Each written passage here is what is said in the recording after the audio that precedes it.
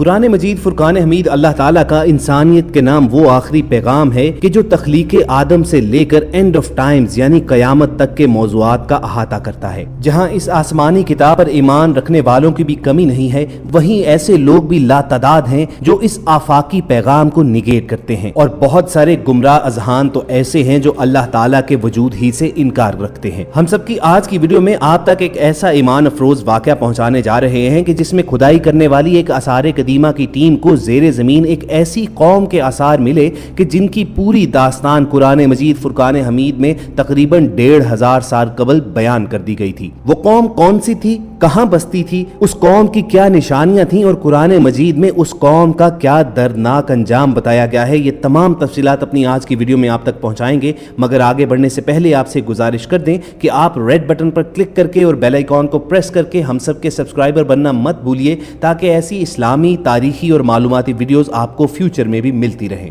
دوستو، ابھی کچھ عرصہ قبل کی بات ہے کہ صحرائے عرب میں آثار قدیمہ کی کھدائی کے دوران غیر معمولی سائز کے انسانی ڈھانچے دریافت ہوئے، اور یہ دریافت آرامکو کی تحقیقاتی ٹیم نے کی۔ یہ انسانی ڈھانچے اس قدر بڑی جسامت کے حامل تھے کہ اگر ان کو سیدھا کھڑا کیا جاتا تو ان کے پاؤں زمین پر، جبکہ ان کے سر کئی منزلہ عمارت کے برابر ہوتے۔ اب جہاں آثار قدیمہ کی کھدائی کرنے والی یہ تحقیقاتی ٹیم اس بات پر حیران اور پریشان تھی کہ یہ کس زمانے کے ڈھانچے ہیں اور کب انسانی وجود اتنا بڑا ہوا کرتا تھا، وہیں آپ کو بتائیں کہ قرآن مجید میں اللہ تعالیٰ نے اس قوم کی پوری داستان مفصل انداز میں بیان کی ہوئی ہے۔ قرآن مجید کی مختلف سورتوں جیسے کہ سورۃ الاعراف، سورۃ الفجر، سورۃ الشعراء اور دیگر کئی مقامات پر اس قوم کے بارے میں آیات ہیں جو ان کی سرکشیوں اور نافرمانیوں کے متعلق اور ان کے دردناک انجام کے متعلق بیان کرتی ہیں۔ دوستو، ان لوگوں کا تعلق قوم عاد سے تھا، اور وہ ارم نام کی بستی کے رہنے والے تھے۔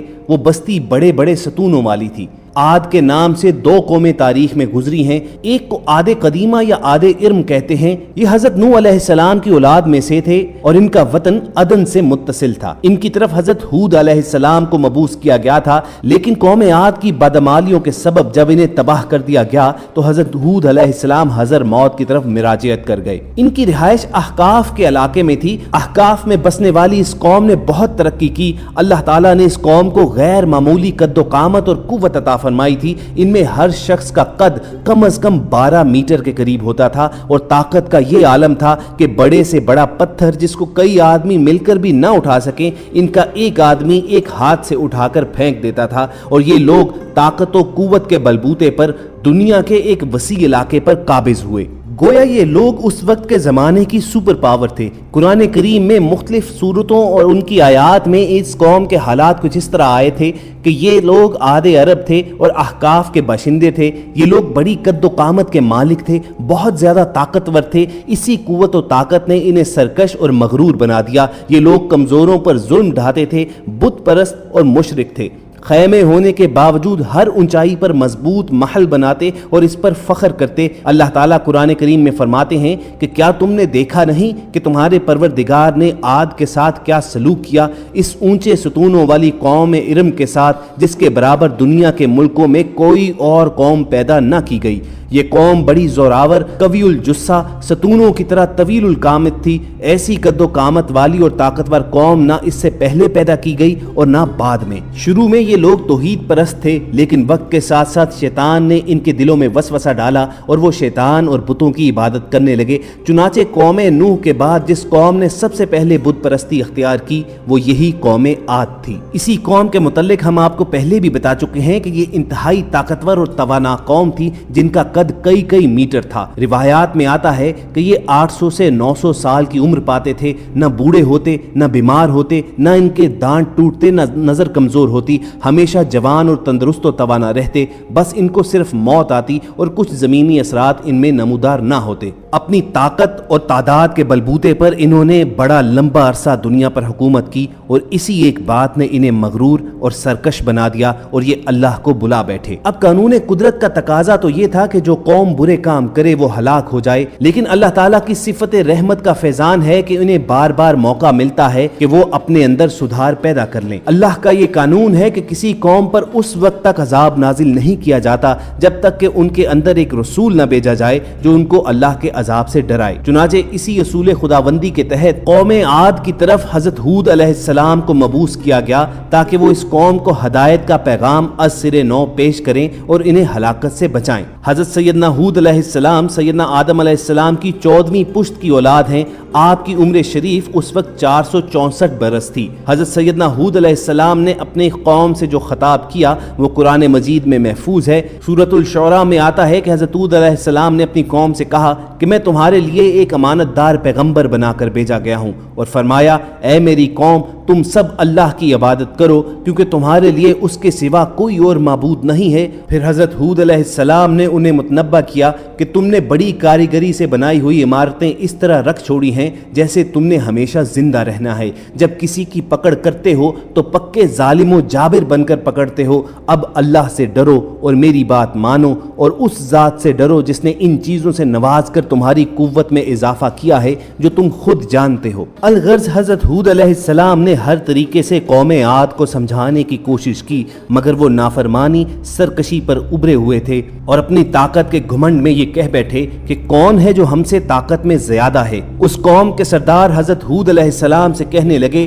کہ ہم تو یقینی طور پر دیکھ رہے ہیں کہ تم بے وقوفی میں مبتلا ہو اور بے شک ہمارا گمان یہ ہے کہ تم ایک جھوٹے آدمی ہو۔ حضرت ہود علیہ السلام نے جواباً کہا کہ میرا پروردگار تمہاری جگہ کسی اور قوم کو یہاں بسا دے گا اور تم اس کا کچھ نہ بگاڑ سکو گے، بے شک میرا پروردگار ہر چیز کی نگرانی کرتا ہے۔ قوم عاد یہ کہنے پر اتر آئی کہ اگر تم سچے ہو تو لے آؤ ہمارے سامنے وہ عذاب جس کی تم ہمیں دھمکی دے رہے ہو۔ اس پر حضرت ہود علیہ السلام نے فرمایا کہ اب تمہارے رب کی طرف سے تم پر عذاب اور قہر کا آنا طے ہو چکا ہے، بس اب تم انتظار کرو اور میں بھی تمہارے ساتھ اللہ کے اس عذاب کا انتظار کرتا ہوں۔ وہ ظالم قوم حضرت ہود علیہ السلام اور ان کے پیروکاروں کا مذاق اڑاتی رہی اور کہتی رہی کہ تم پر ہمارے بتوں کی پھٹکار پڑی ہے اس لیے تم ایسی باتیں کرتے ہو۔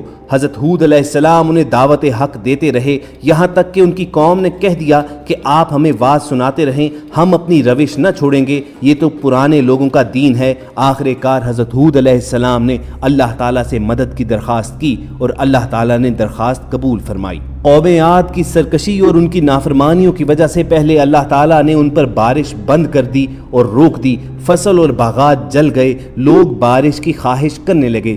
پھر ایک دن ایک سیاہ بادل انہیں آتا ہوا نظر آیا تو وہ خوشی سے ناچنے لگے کہ یہ بادل ہم پر برسے گا، لیکن اصل میں بادل کی صورت میں وہ قہر الہی تھا۔ جس عذاب کی وہ جلدی مچا رہے تھے وہ ایسی آندھی تھی جس کی تاریخ میں مثال نہیں ملتی۔ اس آندھی نے ان کی بستیوں، درختوں، خیموں اور پہاڑوں پر تعمیر کردہ محلوں تک کو اڑا پھینکا، سب کچھ تباہ و برباد کر دیا۔ اللہ تعالیٰ قرآن پاک میں متعدد آیات میں قوم عاد کی تباہی کا ذکر فرماتا ہے کہ پھر یوں ہوا کہ جب انہوں نے اس عذاب کو ایک بادل کی شکل میں آتا دیکھا جو ان کی وادیوں کا رخ کر رہا تھا تو انہوں نے کہا کہ یہ بادل ہے جو ہم پر بارش برسائے گا، نہیں بلکہ یہ وہ چیز ہے جس کی تم نے جلدی مچائی تھی، ایک آندھی جس میں دردناک عذاب ہے جو اپنے پروردگار کے حکم سے ہر چیز کو تہس نہس کر ڈالے گی۔ روایات میں آتا ہے کہ یہ آندھی اس قدر تیز تھی کہ گھوڑوں، مال مویشیوں کو ایک جگہ سے دوسری جگہ پٹکتی تھی۔ 7 دن رات یہ تیز ہوائیں چلتی رہیں اور اس دوران ریت کا طوفان اٹھا اور تمام مکانوں اور انسانوں پر گرا